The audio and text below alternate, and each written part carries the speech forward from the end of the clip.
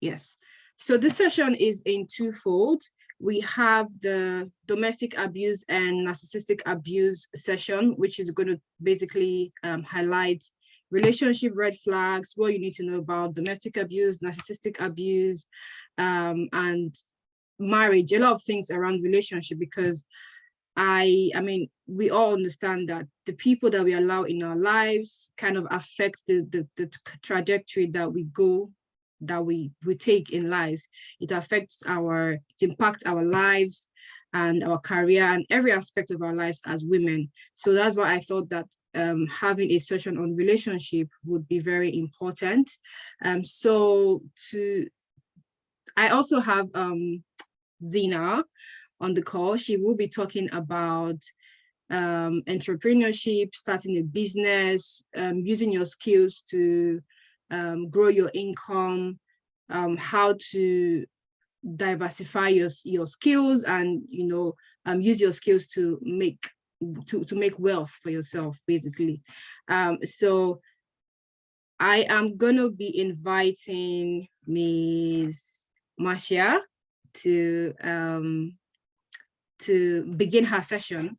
So she's going to speak for 45 minutes, and then the remaining 15 minutes is going to be for the audience to ask questions and answers. So, but in the meantime, you can feel free to put your questions in the chat, and we will take them once she finishes speaking. But also during the question and answers, if you want to ask any question, you can either unmute yourself or speak if you're comfortable speaking, or you can type it in the chat. And then after that session, after the first session, which is about relationships, we are going to move into the second session, which is where Ms. Zina comes in, talk about finance and money and entrepreneurship and all of that. But before her session, we're going to take 10 minutes break so that we can refresh ourselves and then come back to this session. So I'm going to pass the mic now to Ms. Marcia. Thank you very much for joining. Please start by introducing yourself. Tell us what you do, tell us about your work and all the amazing things that you do. Thank you. Oh, thank you very much, Progress. And thank you for having me on your platform. It's quite an honor to be able to share with you all today. So, of course, I'm going to be talking a little bit about domestic abuse and narcissistic abuse relationships, and why this is really important.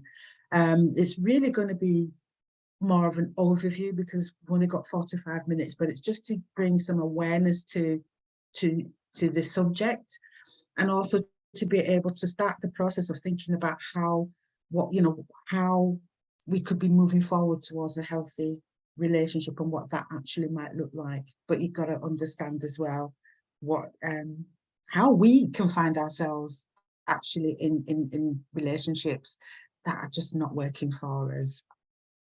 So, okay, oops, bear with me. So what we'll be covering today is what is domestic abuse. So there'll be a definition, and it's really going to be the sort of the UK national context. However, a lot of what I'm saying isn't just about the UK. This is a global phenomenon, and I think wherever you are, you will be able to resonate with this. So we're going to look at some of the national and international context of domestic abuse. We'll also be looking at narcissistic personality disorder and emotional abuse, and how that's actually different, how it's a different subset of abuse and what that might look like. So who am I? So I am an accredited international coach and transformational workshop facilitator. I have over 30 years experience in the healthcare industry. So I've worked for a long time now, particularly with women around their emotional and mental health, amongst other things as well. So I have coach, facilitate workshops as well. I am also a survivor or a thriver of domestic and narcissistic abuse as well. So I'm going to share a little bit of my story as we go through this presentation today. So I just wanted to think about what exactly is domestic abuse, domestic violence. So having a little bit of a look at the definition. So it occurs when there's an imbalance in power within a relationship. So there's an imbalance of power in a relationship. So it means that one person, one partner within the relationship uses physical violence, emotional abuse, verbal abuse, and financial abuse. So those are the things that can happen in an domestic abuse situation.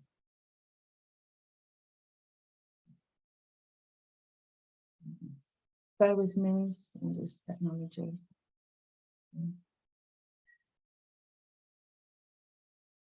Okay. So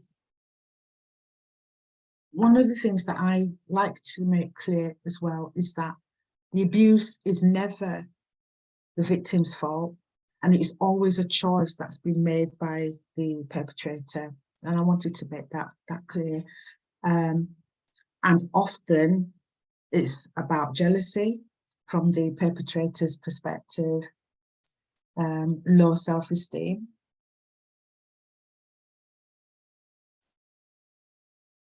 poor impulse control. So for example, if somebody is unable to regulate their emotions properly, the first thing they're going to do is to lash out. Others have personality disorders, which we're talking about, narcissistic personality disorder, and some have mental health issues that cause them to be violent and controlling. And so therefore the high rates of domestic violence and abuse can't be explained by one single motivating factor at all. So this is, I think this is actually a really important thing that we need to be considering when we're talking about domestic abuse. And it's important also to note that the data that we have here in the UK has actually, shown and demonstrated that the crime, which is a crime and committed within the home, is largely hidden. So the statistics for here in the UK, 1 in 4 women and 1 in 6 men will be a victim of domestic abuse in their lifetime.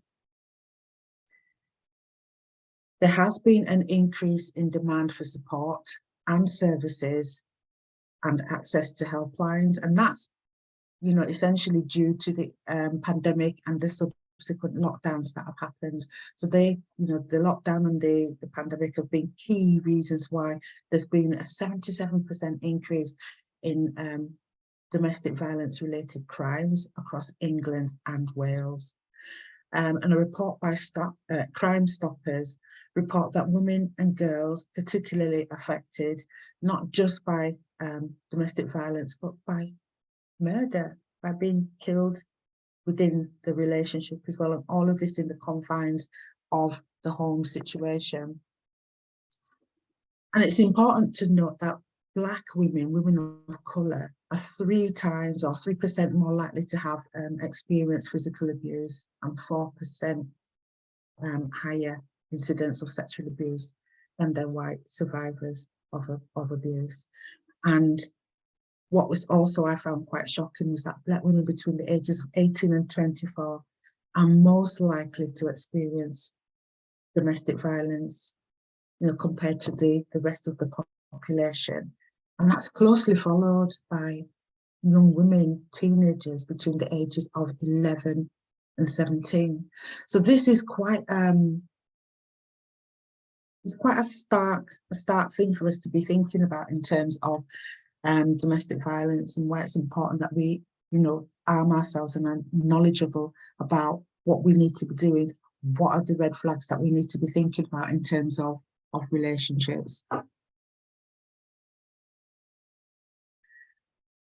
And as I said earlier, domestic violence does not affect everyone in the same way. So Black women and minority ethnic women, migrant women, we're going to experience higher rates of domestic violence related deaths and murders. We're 3 times more likely to commit suicide than other women. And the support for, Black women, women of colour, migrant women has has really fallen, it's declined. And a lot of that is because, I mean, some of the data shows that, particularly during the lockdown, places of safety like refuges weren't taking other people, weren't taking on new women in, because they wanted to contain the pandemic, or they weren't letting people leave to move on. So there was no space for other women to come into that. So that's one of the reasons why the support has declined, and actually still happening. The other thing is that women, since 2010, the resources for domestic violence, particularly against BME women, the resources have dwindled due to lack of funding. And, when there's, the local councils are looking to save money, the first services that are going to go and have gone is the services for Black women, particularly around domestic abuse and domestic violence. And that's actually evidence-based as well. That explains some of the reasons why there are no, the support isn't as strong as it could be. There are some organisations,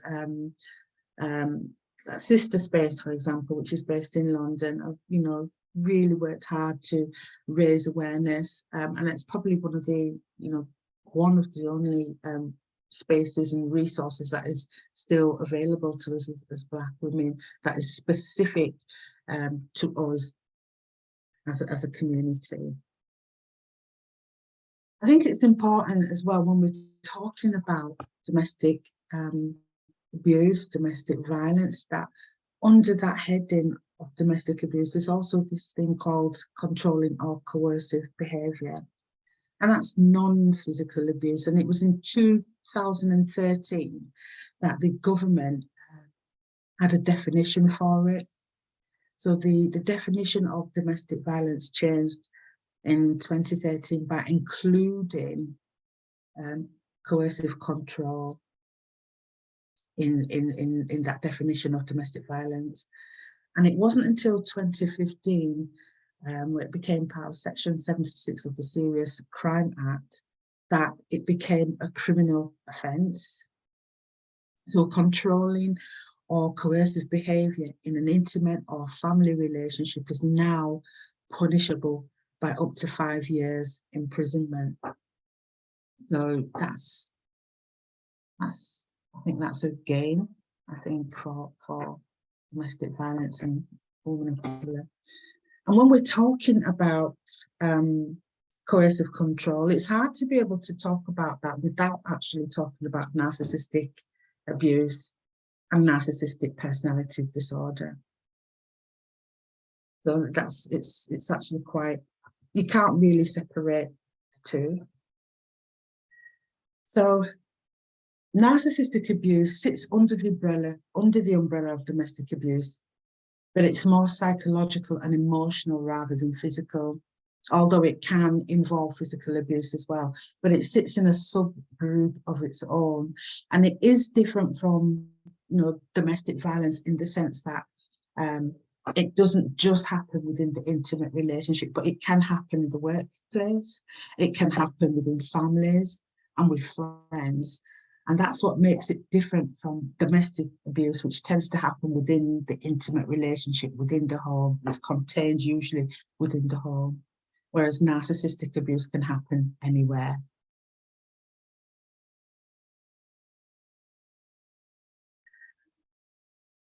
It's actually not that well recognised, particularly here in the UK, and it's estimated that between 1 to 5% of the UK population have a clinical diagnosis.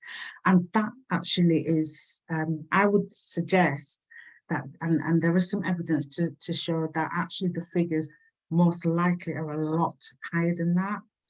But it's very difficult to get a clinical diagnosis of narcissistic personality disorder, not least because these people rarely show up for diagnosis, because the very nature of the condition that they have will tell them that there is nothing wrong with them. So they're not likely to go forward for treatment or anything like that, unless they're very self-aware.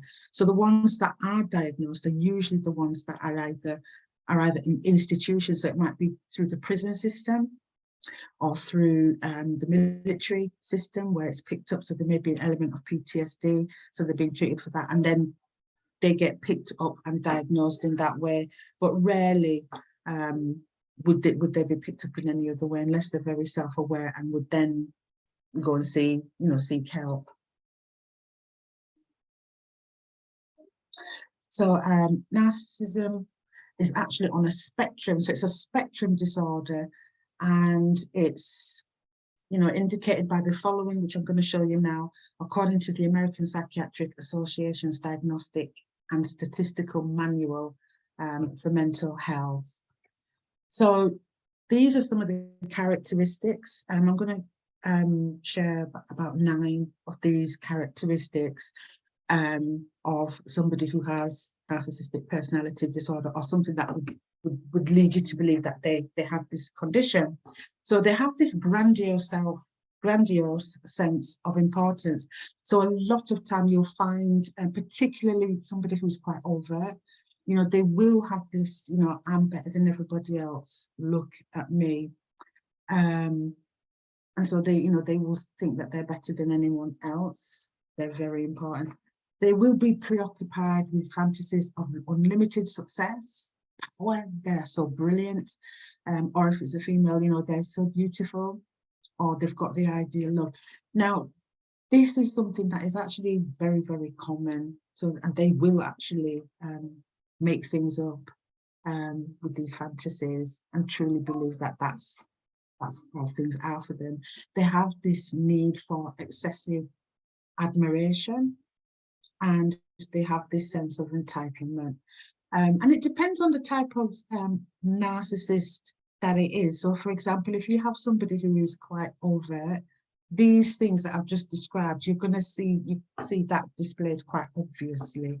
Someone who is covert, you're less likely, you're not going to see this initially. What you're going to see is the charm. It's the charm that you're going to see, that you originally get attracted to. There's this lack of empathy that they have as well. If you think, some of you might know, remember Katie Hopkins from The Apprentice, the UK version, who just had it was as though she had no filter at all. She had no empathy, nothing. There was no emotion. It was quite cold in her dealings with other people. Yeah, that was devoid of any emotion. And Donald Trump, as people, he's much more of an overt demonstration of what narcissism could look like. They also envy other people, so they have this belief also that people are envious of them. They have an idea that they are special and should be treated as such. They will display arrogant and haughty behaviours or attitudes, and are quite exploitative as well. So they will take advantage of people regardless of who they are, and they will discard. They won't be bothered about social moral norms. So they have no scruples, essentially. So these are, what I've just mentioned, are the sort of 9 criteria that is actually documented. So when they're in the clinical environment, they will be looking at that, but they need at least 5 of those things. So there were 9 previously, but any 5 of those would give somebody a diagnosis of narcissistic personality disorder. And as it says here, the scale of narcissistic behaviour in these people can also vary greatly. So it's on a spectrum, if you remember I said that earlier. So you'll have someone who will display, you'll go from someone who has narcissistic personality disorder to somebody who's all the way along the spectrum to somebody who's pathological psychopath, so, and that's on the scale of narcissistic behaviour that you can have. A narcissist is often really difficult to spot, especially at the beginning of a relationship, as they construct this false persona to draw their intended target into a committed relationship. Now, more often than not, these people will be really charming. Some are aware that they are making a conscious decision to reel somebody in. Some narcissists are unaware, they don't even know how, why they do the things that they do. But however, what happens is they all behave in a certain way. There is a pattern that they all subscribe to, whether they realize that or not. And that's what makes it a disorder. And there's generally no cure for this. Unless they're self-aware and go and get the therapy, they will be able to manage themselves and actually be able to, form, or at least have some form of relationship with the people that they already have in their lives. But generally, there is no, they don't get better unless they go for support and help. Some of the things that they will, or symptoms, is the pathological lying that they do. They're dismissive. They have this inability to accept criticism. They blame shift quite a lot. There's a lot of boasting and exaggerating. And when you're first in a relationship with them, you actually believe them. They're very good at bringing forth a really good story, so you will believe them. There is a lot of false promising and future faking.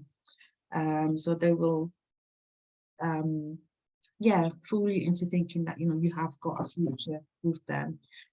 And a lot of narcissists actually are prone to addiction. So you'll find a lot of them will have some form of addiction, usually a drug addiction or a sex addiction as well. And then there is the narcissistic rage, which when they are no longer in control of a particular situation, they will have what we call narcissistic rage, and we'll go into meltdown as well. And that is a sight to behold.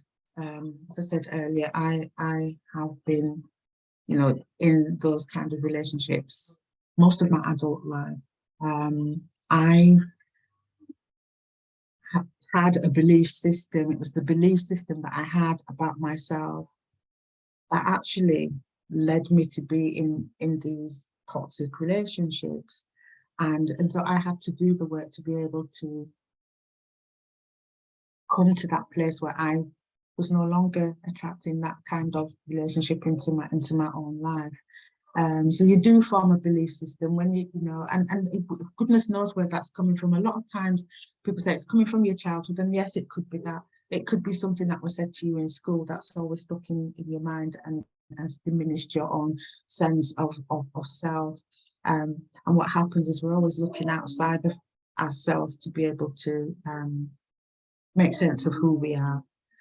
And it's those things. And sometimes, there isn't anything that you can hang anything on, and more often than not, narcissists tend to go for people who are, and I'm speaking about women particularly here, who are strong, independent, got things going on.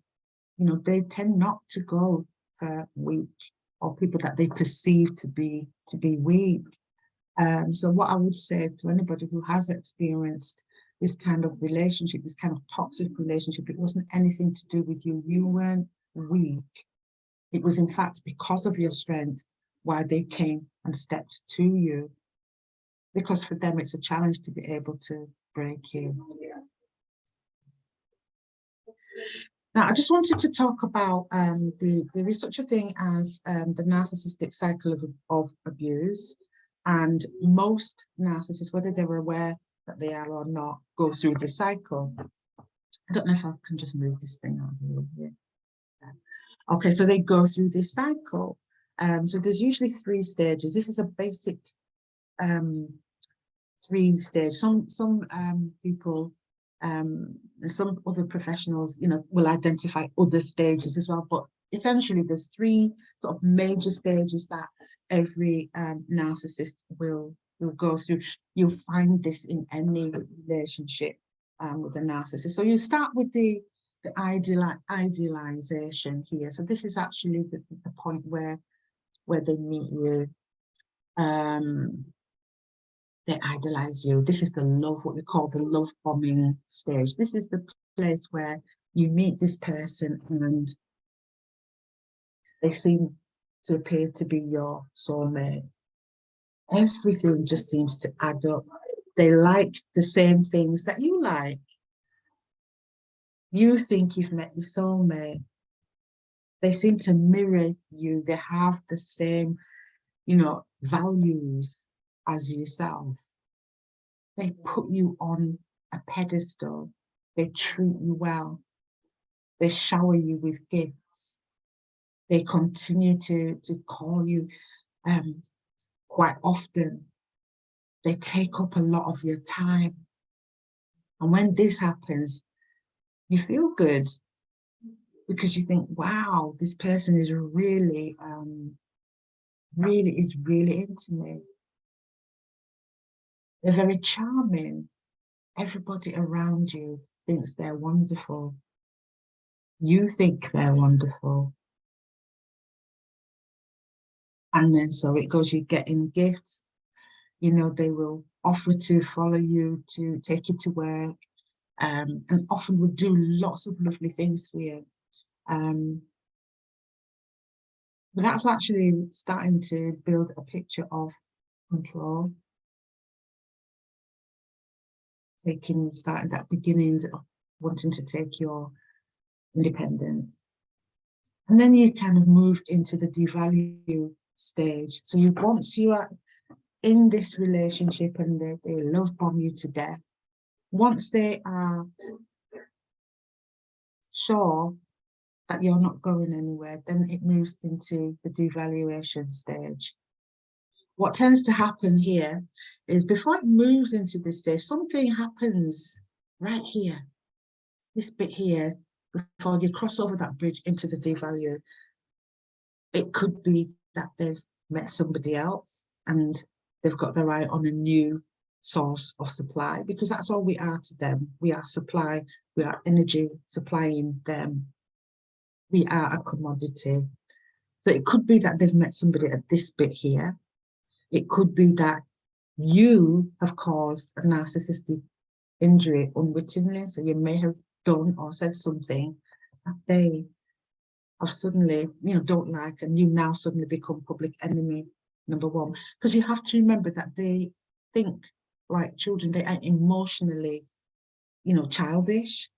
So you may have somebody who's grown, grown man or a grown woman, but emotionally they behave like children.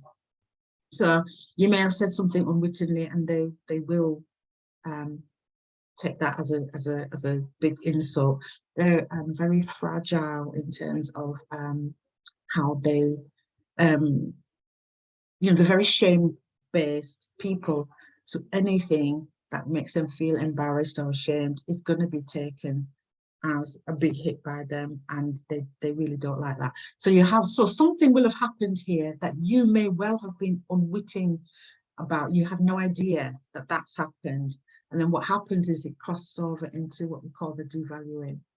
So now this is where all the criticism starts. So suddenly you're thinking, wow, I was flavor of the month last month. What's happened now? He's suddenly, or she's suddenly gone, very disapproving of me. So you now start to think, maybe it's something that I have done. I've done something. Must be something that I'm doing. I want to get back to that place where we were in the love bombing stage. It was great there. So what is it that I'm doing wrong? I need to get back here. So what tends to happen is people, women start to work harder at this relationship. Your own values that you have, you start to move your own goalposts, start to put up with things that normally you wouldn't actually do. So, and this is the place where you get the gaslighting. This is the place where you get the silent treatment. So you'll get the silent treatment. This is where you'll get all the criticism. This is where you will get the humiliating. This is where that all happens. And you are blindsided because you're thinking, I don't understand what has happened to me, or I don't understand what has happened to our relationship. What am I doing wrong? And it's just this striving to try and keep up. And whilst you are being more diminished here, the narcissist is becoming stronger and stronger, because you have to remember, they are like energy vampires. They don't care where the energy is coming from, whether it's negative or positive, as long as they're getting, your energy. And they will drain you. They will drain you. And then it gets to the point where, here, the transition point here, before you get into the disengagement or discard. So they'll have had the new supply, or whoever they're going to move over to next will be well secure now. So while you're being devaluated, they're already grooming the next victim. When they're ready, they will discard you or disengage. They'll disengage, because there's never a true discard unless you choose to do it. And I'll talk about that a little bit later. So the discard stage, where they'll either just disappear, they'll end the relationship, or you yourself might have had enough and just think, I can't cope anymore, and you yourself will leave. And then they'll come back around. They will heat check to see how well you're doing, if you're still broken. And can they, come back? So what they'll do, if you're still broken, they probably won't at that point, because it will be, oh, look how powerful I am. I have been able to crush this woman, this person, and destroy them. They love me so much. When you start to get stronger, whether that be, however long that is, that's usually the time where they'll start to come back. And it says idealize here, but once you've gone around that cycle, it's now a hoover. It becomes a hoover. If you think of, the vacuum hoover and what a hoover does, it'll suck you back up. It'll suck up the dirt. That's what they do. They come back round to hoover you back in. And if you have no clue about what a narcissist is, the cycle of narcissistic abuse, you can be going around this years, because you've no idea what actually is going on here. And they can keep you in this cycle while they go off and do other things. The thing to remember as well with narcissists, they are unable to sustain fulfilling and long-term relationships for any great length of time. They just don't have the capacity to do that. They just don't. So nothing really is going to change. So that's the sort of cycle of narcissistic abuse there. And I'm just going to ask a question. I'm going to ask you a question.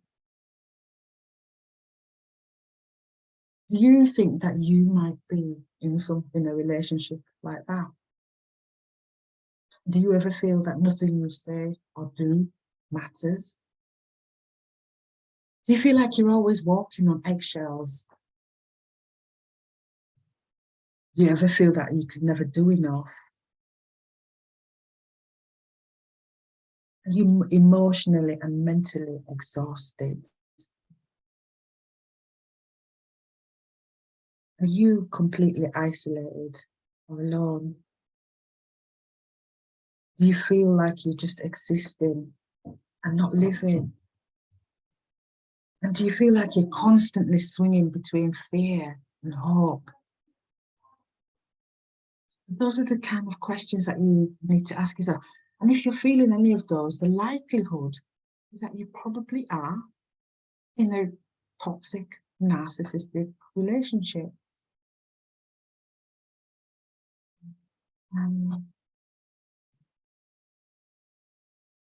Sorry, just bear with me. I am having some technical issues here. Oop, okay. So I wanted to just ask you here,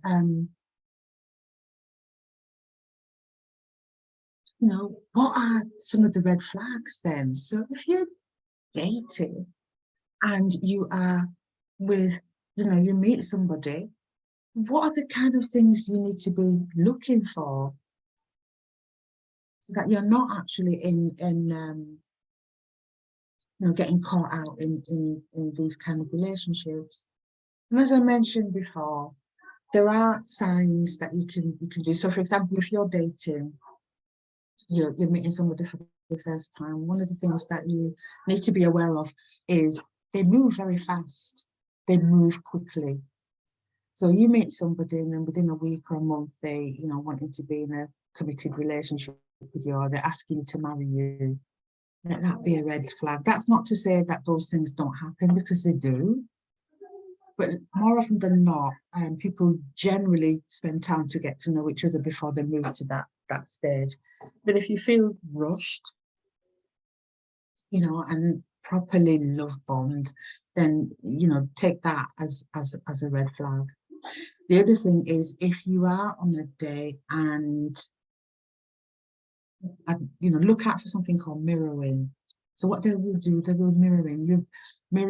And a lot of times, especially now with social media, what will tend to happen is they will have studied your Facebook account, your Instagrams, all of those things, your social media, to check you out before they've probably approached you. So they will know a lot about you before this person, before this person's approached you. So, and they will study you like a psychology degree. They will do that. So when you are on a date with them or whatever, they will do something called mirroring. So an example of that might be they'll ask you, oh, what's your favorite, I don't know, music artist? And you might say Michael Jackson. They will say, oh my goodness, mine as well. So they've already done some research, so they know that you probably know that you like. They will make sure they ask you something that they know something about you with. Oh, I love Michael Jackson. And they'll ask you, what is your favorite, music? What is the favorite track that you like? And you'll tell them, yeah, that's mine. And you're there sitting there thinking that you have just met somebody who is just, wow, this is so fantastic. They like the same things as me. How many people have been able to do this? You're being conned. It's called mirroring. If you dig a little bit deeper and ask them some questions, scratch the surface a little bit deeper, what will happen is they probably won't be able to tell you, the title of the song or when it was, those little things. You just scratch the surface, and you'll be able to pull out the fact that actually they're not as knowledgeable as they appear to be. And that's because they're just mirroring. They're mirroring. And they're very good at that. They're very good at that. They're very, very good. All narcissists are very good at reading people. It's just one of those things that they do. They do very well. They do that very well. So that's one red flag. The other thing to think about is there will be something that you will notice. You'll just notice, you'll have a feeling or just some sort of awareness within yourself that something's off, something it doesn't sit right, it's off. You cannot put your finger on it. And what tends to happen with us is that we just dismiss it because there isn't anything really there to hang anything on. So we'll just say, oh, we'll give it the benefit of the doubt. If you feel something is off, if your gut is telling you something, trust your own self, trust yourself. They'll gaslight you. They'll make you feel like you're losing your mind. So they will say things, and when you question it, they'll turn around and tell you, you didn't do it. They didn't say that. So there'll be lots of things like that. So those are kind of the common signs, and there are plenty more. red flags that we could be talking about. And if we had time, we would go through that. But it's completely normal to feel confused and isolated and controlled when you're a target of this behaviour. And you might not even realise that it's happening to you. But the important thing is to recognise and understand what you're going through, and that you can overcome it, and you can evolve from this situation as well. And some of the things that I wanted to just think about is that you can, what are the things that you can do to help yourself? One of the things you can do is accept the feelings that you have, accept and acknowledge that this is what I'm feeling, but you don't have to take it personally, because remember, it was never ever about you, always about the narcissist. The other thing that I would say is that you need to set boundaries, or what I would call, sometimes the word boundary can sound very, you are putting a barrier, and that can feel quite harsh. Not because harsh for yourself, it makes you feel hard. So one of the other terminologies that I like to use, set some gold standards for yourself. Set your standards. It's the same thing as boundaries. And I know how intimidating and difficult that can be, especially if you've never had boundaries before. And I think a lot of the times, those of us that have been targets of these type of people is because we've not had proper boundaries in place, because we've just essentially thought that the world is such a good place and that everybody is essentially good at heart. There's something, and what happens is we leave ourselves open to all kinds of abuse when we do that. Yeah, so be clear about your boundaries, because that's a way that you let the other person know your values, by setting those gold standards or boundaries. And I think also you need to be clear about what your own values are, so that you can set them, so and if you have those boundaries, especially right at the beginning, you've already made it clear, so that you know what you need to do if they break them. And with narcissists, they will inevitably break those boundaries, those boundaries that you've set, those standards that you've set, and they will. I think also, if you're able to, advocate for yourself, tell them exactly what you want and don't want, and stand firm and do it directly and respectfully, so that, you're protecting yourself as well. State your position and stand firm. More often than not, the narcissist will leave eventually if you stand firm. Sometimes we get so caught up in, not all the time, but sometimes we get caught up in so much of the people pleasing that we become codependent, and that's what they feed off. If you are strong, and because narcissists won't hang around long enough if somebody is properly boundaried, they just won't, because they're not going to get anywhere with people who have strong boundaries or strong standards. They just won't, because they can't get past there. It's those like us that have codependency tendencies and who have no boundaries. It's those of us that get caught up in these kind of relationships. The other thing that I would say is prepare for some complex emotions when you're dealing with a narcissist. So there's the grief, there's the shock of everything, the anger, all of those things, anxiety, the fear, and a big one is the shame. It's the shame, because they do bring that humiliation and shame, when you've been in a toxic, narcissistic relationship. It's inevitable that that's going to happen. And so there is work that needs to be done really to help you move past some of that trauma, that emotional trauma that you've experienced. The other thing is stay connected with your family and friends, because one of the other things that they're good at is isolating you from people around you, your loved ones. And it will be done very subtly, and before you know it, you've moved to the next city or the next country, and you're all on your own. And then they're able to, have much more control, because it's all about control. It's about power and control, always with them. It's never about anything else. And what I would, what I would say is do your best to maintain regular contact with your networks. And then the other thing to think about is really think about, what are your options? Evaluate what your options are. You need to decide if this is the relationship you actually want to be in.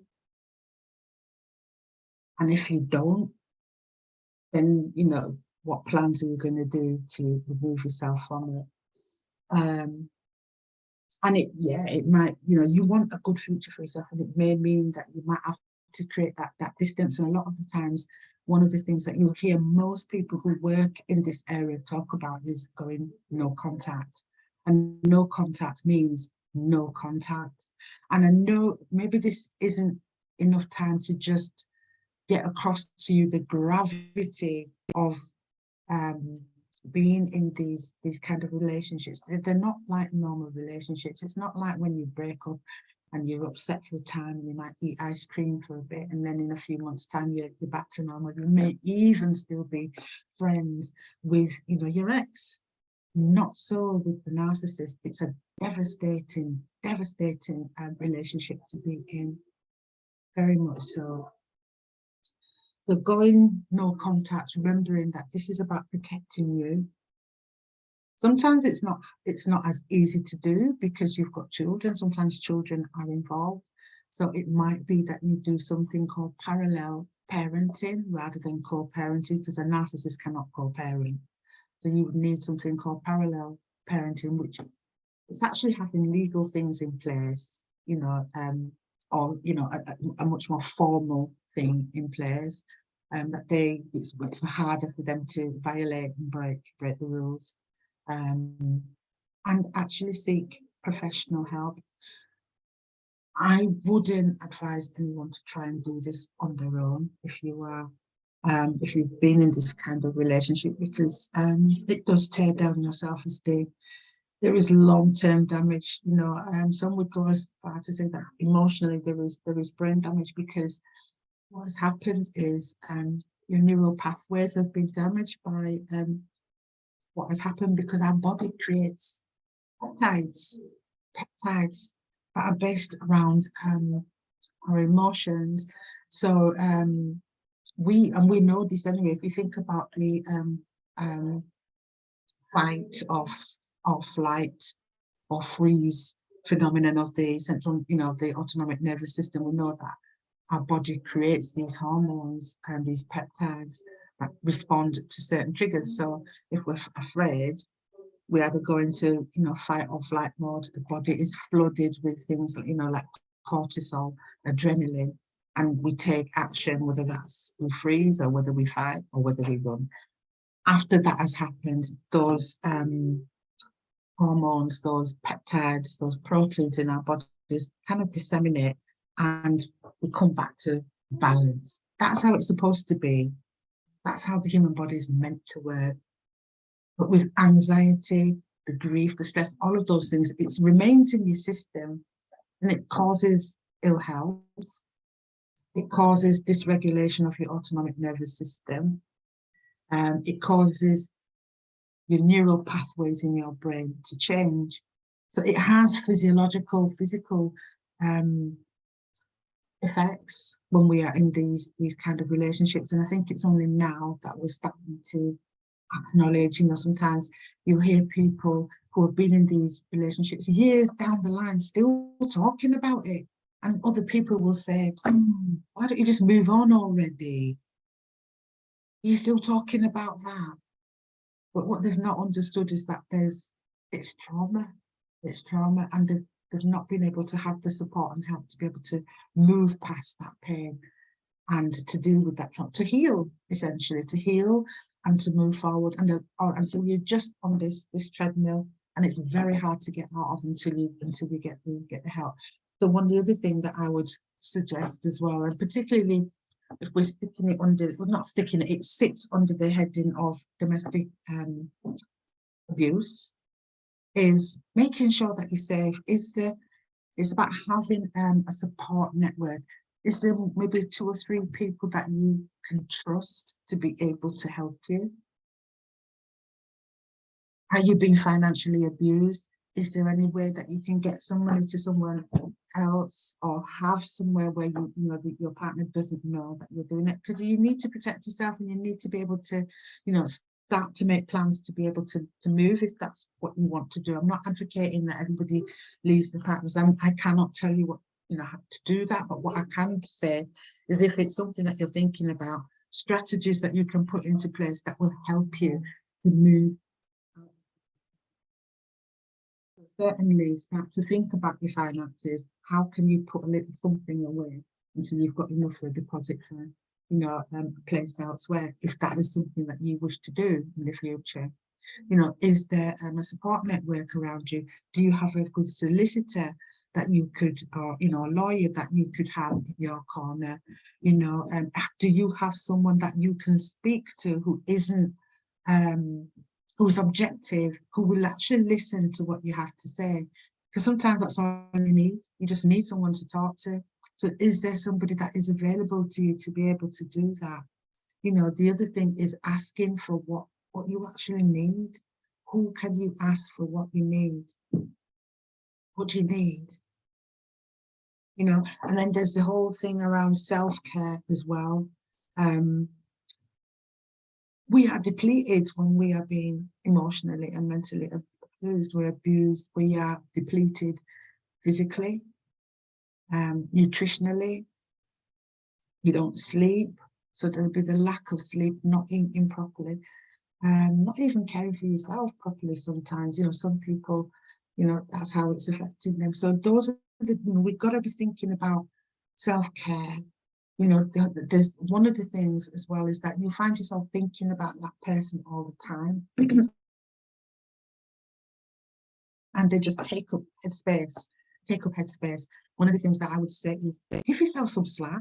So what you do is give yourself, you know, be intentional about giving yourself time to actually think about them. So it might be, okay, I'll think about them for, you know, 5 minutes. And then you do other things to take your mind off. But if you just kind of try and block everything, then you're going to ruminate. So give yourself that space to do that, and then stop. Learn about what's happened to you, read about the disorder, understand that the likelihood of them changing is almost zero. They're not going to. You know, do all of those things.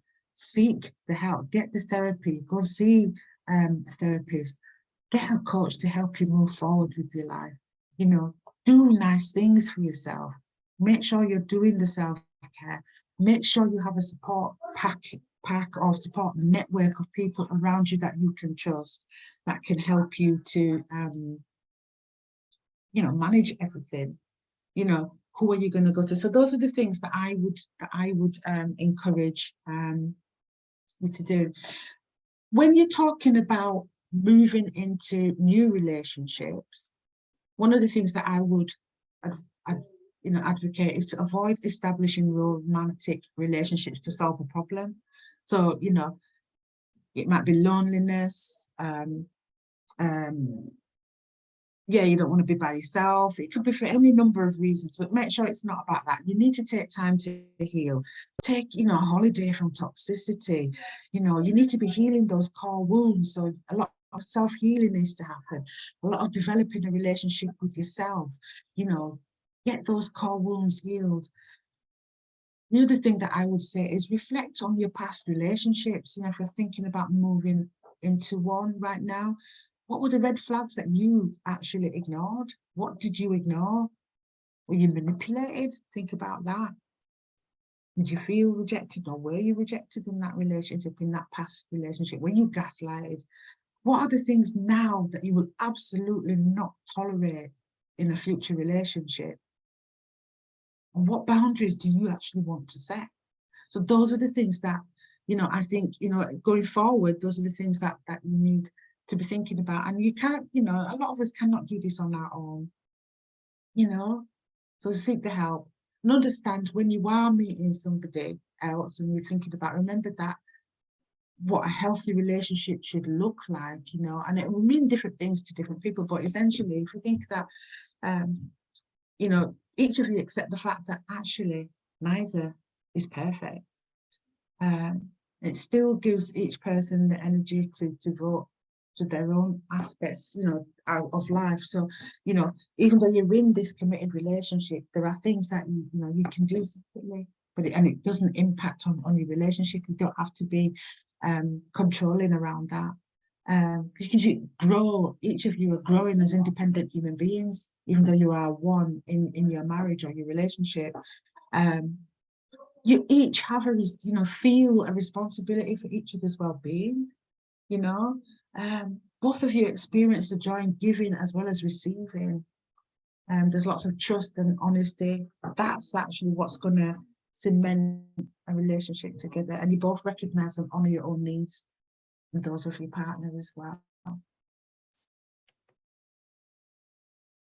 And the core human need for us as human beings is to be loved.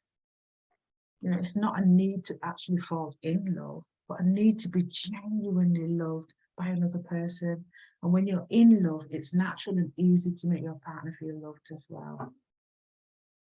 But it requires effort and discipline. And the longer that you're together, your partner's ability to express that to each other gets more and more important. And so finally, what I'd just like to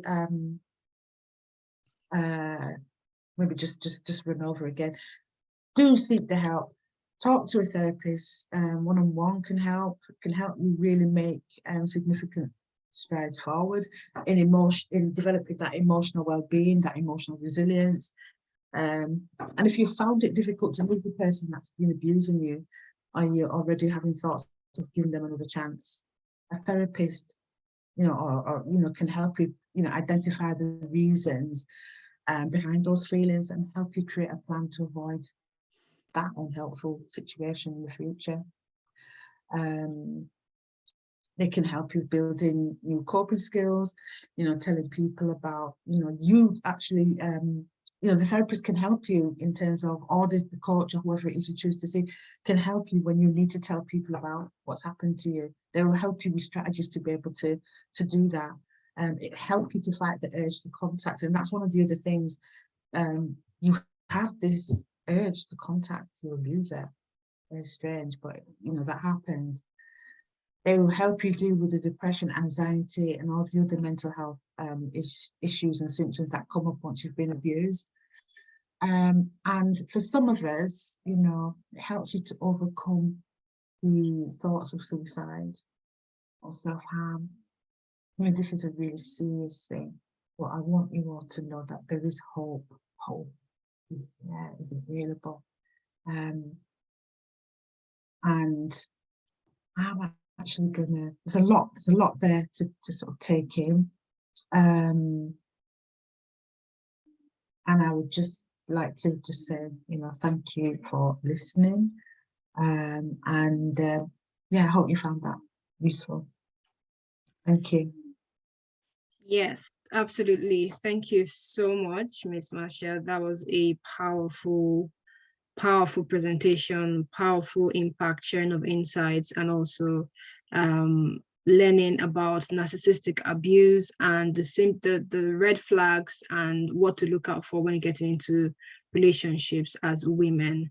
Thank you so much. I found it very, very inspiring. I've learned a lot. I've taken a lot of notes. So I think we can take some questions.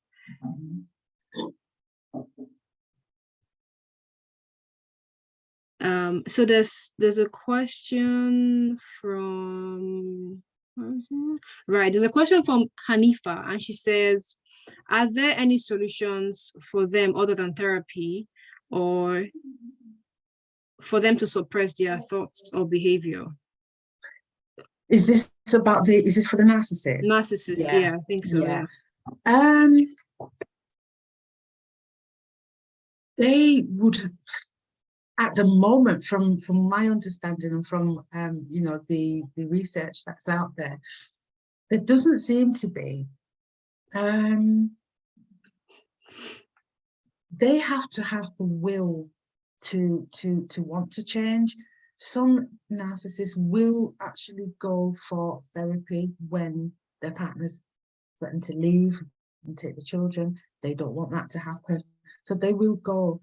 What has to happen in that instance is that you need to be careful about that, even down to the therapist that they're seeing. A therapist who actually understands about narcissistic personality disorder, because the narcissist, there's a lot of evidence that shows that the narcissist will even manipulate the therapist because they don't have the knowledge. So it's, and actually that's an important thing to mention as well for victims who want to get help and seek therapists, to make sure that they see one that has that specialist knowledge, so that you get full impact. But going back to your question, Hanifa, it's unlikely that there isn't that much out there for people unless they're willing. And therapy at the moment seems to be the thing, and it's long term. It's not something that happens overnight for them. All right, thank you very much. Hanifa, I hope that answers your question.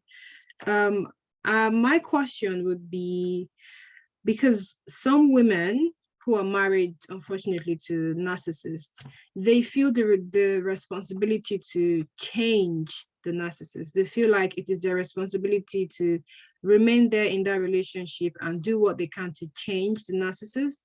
How can women leave relationships, especially when they've tried and they possibly cannot change the person? Because I believe that as a person, we are the only ones that can make the change that we want, rather than people changing us.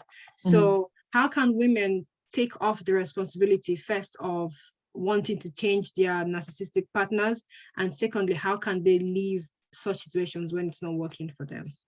Okay, so firstly, understanding that you really cannot change. Nothing is going to work. They are the ones that are going to have to do that for themselves. A lot of the times, we as women, we want to fix them, we want to help them. That's the kind of empathic part of us coming through. They love that, but they also love to abuse us with that. So no amount of trying to fix it is going to help. Have to understand how much are you willing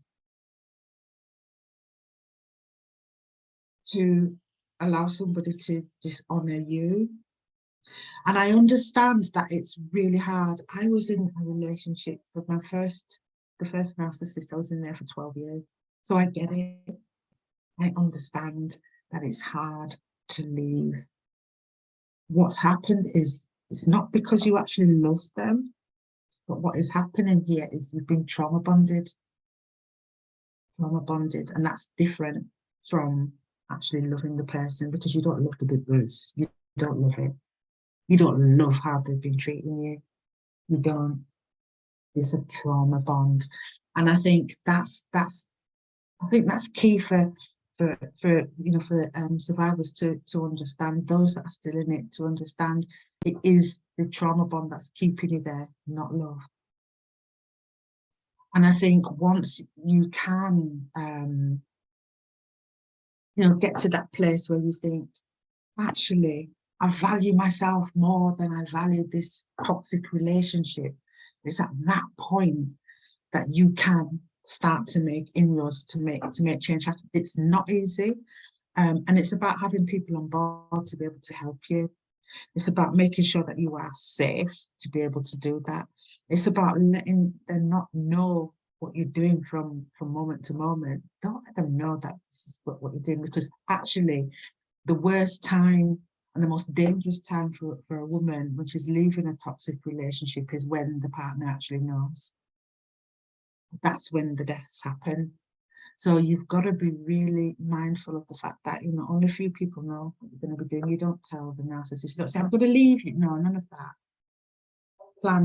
Make a plan about where you want to go and get the help to do that, whether it's legal, whether it's friends, but it can be done, and go completely no contact if you can.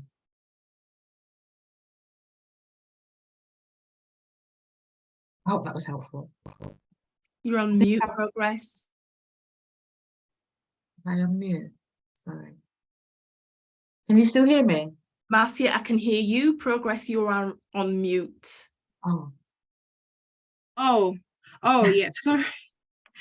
Yeah, sorry about that. I said I was going to take, thank you, Ms. Marcia, for that. That was very powerful. I was going to take the last 3 questions before we move into the next session. So there's another question from Anifa. She says, what childhood upbringing experience creates NPD? And yeah, so what childhood upbringing creates NPD if they are not born with it? Right. Okay. Yeah. No child is born narcissistic. I think there's a school of thought that says there's either something around neglect, abuse, you know, sustained. Yeah. So those are the things. So it's either sort of abuse, neglect, really sort of quite intense, and then parents abandoning, leaving, that kind of thing. And then you've got the other extreme where it's, so there's 2 good schools of thought.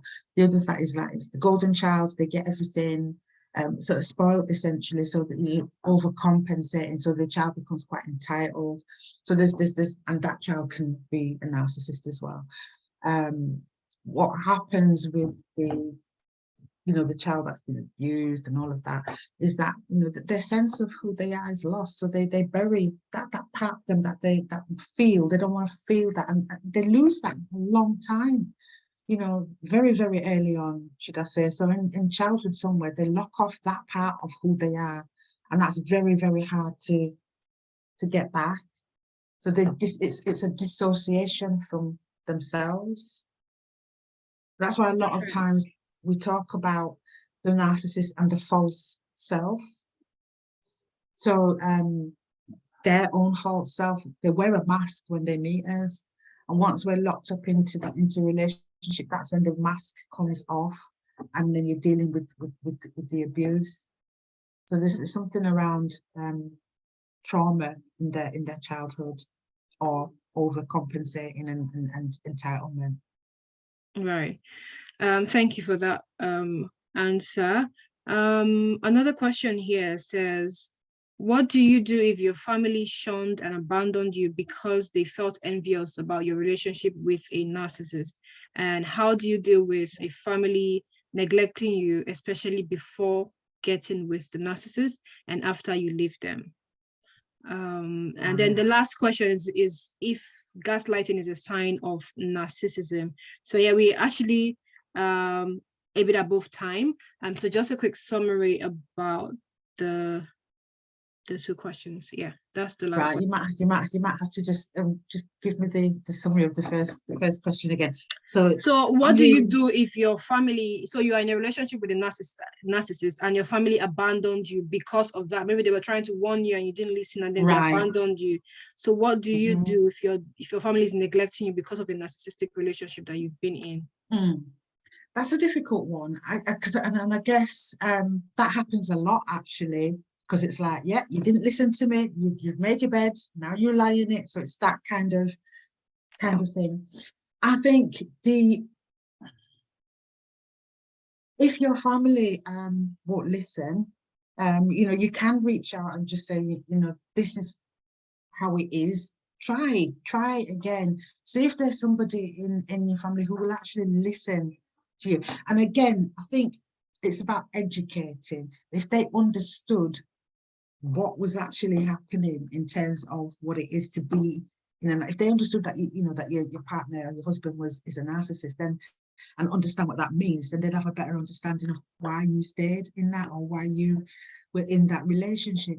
Sometimes people don't understand it, and they just think, oh, silly woman, you know, she's in that relationship, you know, and it's really hard. So it's about educating. If we can get your family to be educated about what's happened to you. The other thing is getting external support. So it might be, you know, to get out of that is who is in your network that can help you. And I'm always of the belief that when we ask for what we want, it will come. It will come. There will be somebody that can help you, even if it means you have to go online and find something. But it can be done. And then what was the other question? The last I hope one that's is, helped. yes, it does help. I think so. Yeah, so the last question is gaslighting a sign of narcissism?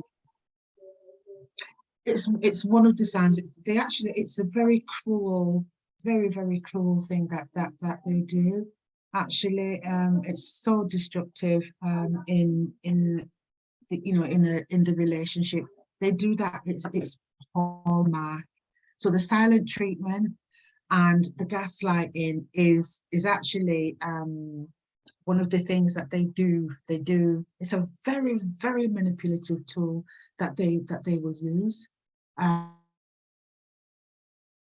And they use it. They are the dons at gaslighting. They really are, because they know how damaging it is, and it's deeply harmful to your self-esteem. So they absolutely want to crush that. So yeah, it is a hallmark. What I would say is, if this is happening to you, you might want to start documenting things. So if they're saying, if you're, you end up questioning your own sanity, when things happen, keep a journal, and then whether this is real or not, because it does happen. They will mess with your head to the point you really think you don't know whether you're coming or going. I would, so that you can keep track of events yourself.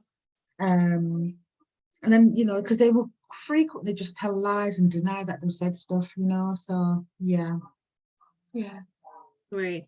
All right, thank you very much, Ms. Marcia. It was a fully packed session. I really appreciate your time.